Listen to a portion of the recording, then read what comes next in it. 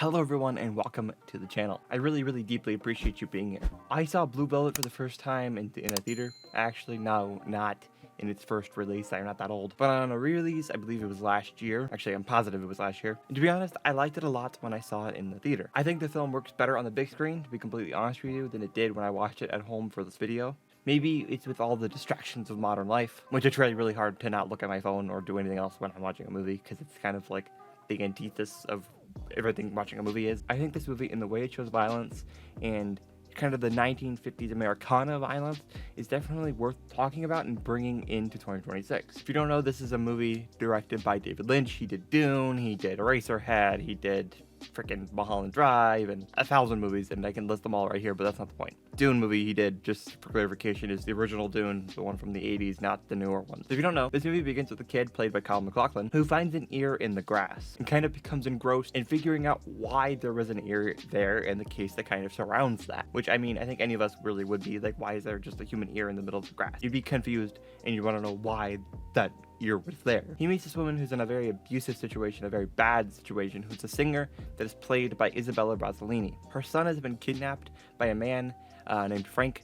He's a very bad man, and you'll learn more about Frank in a minute. And from there, we have this very interesting story with Kyle MacLachlan's character getting really wrapped up into the seedy underbelly of this somewhat, at least appears, idealistic 1950s small town. There are two scenes that are definitely the most important scenes for the film that kind of describe the way the violence is and kind of the interpretation of violence that this film has. I honestly can't talk about the majority of this scene because YouTube won't like me describing it to you. I'm sure the clip is on YouTube. I'll probably try to find it. I'll put it in the description for you to go watch and then you come back. He abuses the singer, Isabella Rossellini's character, whose name is Dorothy, in a really bad way. This is all happening while Kyle MacLachlan's character is actually hiding in the closet because he had been there earlier and then Frank ran in and then did what Frank did. Earlier in that scene, Dorothy commands Kyle MacLachlan's character to like hit her while they're having sex and like beat her up and stuff like that. So then when Kyle MacLachlan's character is hiding in the closet, we actually see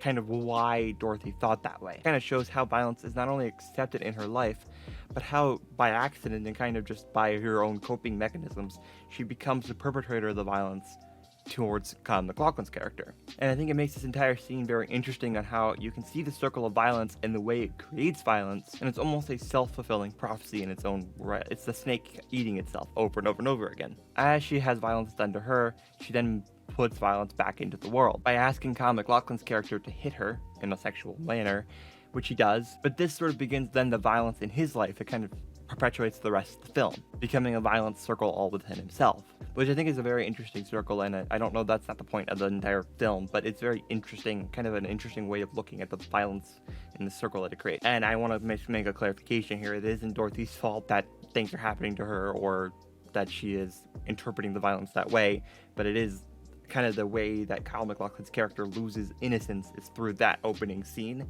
because he's a very innocent child before this, kind of playing in the rocks, playing in the field, and then this scene happens, and then he becomes the perpetrator of violence himself later on through many things that happen in this film.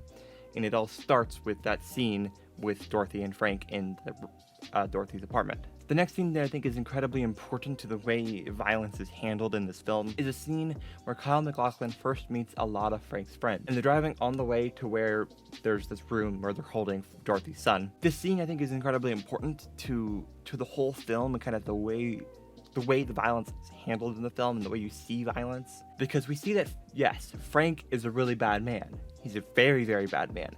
However, Frank is not isolated in this town. Frank is not alone. Frank has people in his circle. Frank is connected. It shows that it is far more vast than what is directly happening to Kyle MacLachlan's character and Dorothy, because it shows a far more interesting side of the town. Like, this is not a isolated incident.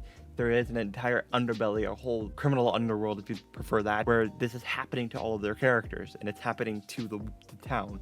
The town pretends that it's fine up on the very top. Like, you see the opening with the fire truck waving at people as they go by, you know, watering their grass, things like that, stuff with a very classic Americana look.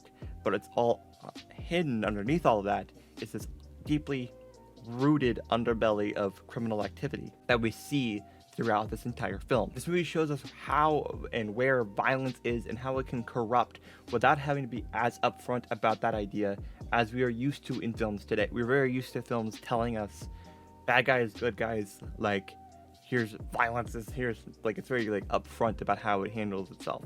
And how violence is a hidden thing a lot of times. It's a violent nature can be hidden in people. The violence in Blue Velvet is not used for effect or to raise stakes or to make you feel tense of a certain character. Well, yes, the violence does cause those things to happen. That is a secondary cause. It is not the main reason for the violence existing. The point is that violence and hatred is the underbelly of those towns, so deep-rooted that sometimes it takes one accident, one finding of an ear, for your entire life in the town you live in to completely flip upside down, which to be honest is kind of scary because it's real.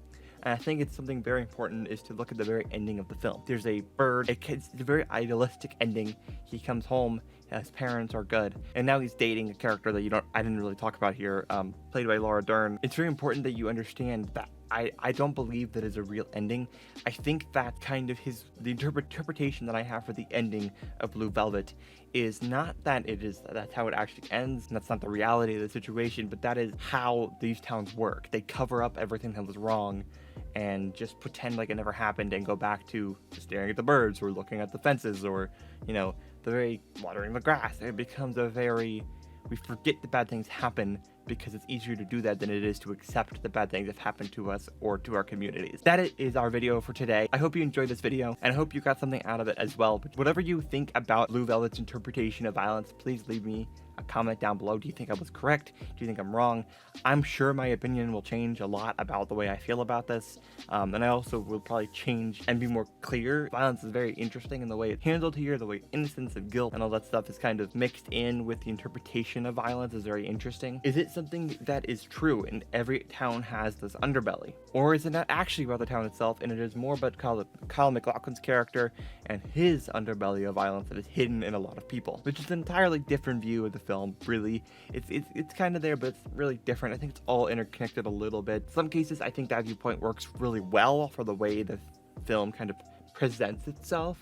I don't know though. I don't know. What do you think? You can follow us. It's at MediaBiteCo on TikTok and at MediaBiteCompany on Instagram. Patreon is $5 for access to all ad-free podcasts on the MediaBite Podcast Network. If that is not something you can do right now, totally understand. And you can listen to the MPN shows anywhere where you get access to all your favorite podcasts. Just look up MediaBite Podcast Network, all your apps, you'll find them there. Hopefully it's not missing. If it is, please let me know. That's a me issue most of the time, but it should be everywhere that you get access to podcasts. So yes, thank you all for watching. I really appreciate it.